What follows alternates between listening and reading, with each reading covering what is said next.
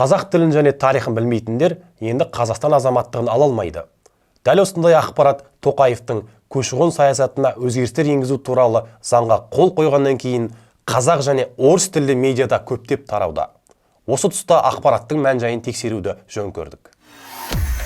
Мемлекеттік тілді, конституцияның негіздерін және тарихын білмеген үміткерлер енді шынымен де Қазақстан Республикасының азаматтығын ала алмайды. Түзетулерге сәйкес қазақ тілін бастауыш деңгейде, Қазақстан тарихын Білім және жоғары ғылым министрлігінің уәкілетті органы айқындаған деңгейде білу керек.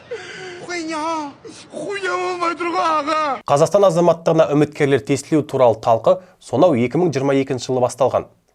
Заң құжатында егер кандидат тиісті білімі болмаса, азаматтық беру немесе қайта қалпына келтіру туралы өтініші қабылданбайды деген түзетулер бар.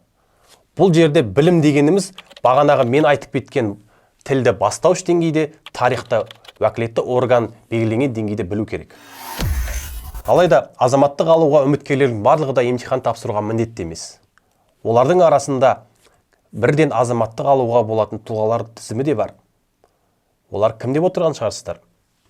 Әрине этникалық қазақтар, кәмелетке толмағандар, еңбекке жарамсыздар, ел алдында елеулі еңбегі сіңген тұлғалар, кәсібі барлар және тағы басқалар кіреді.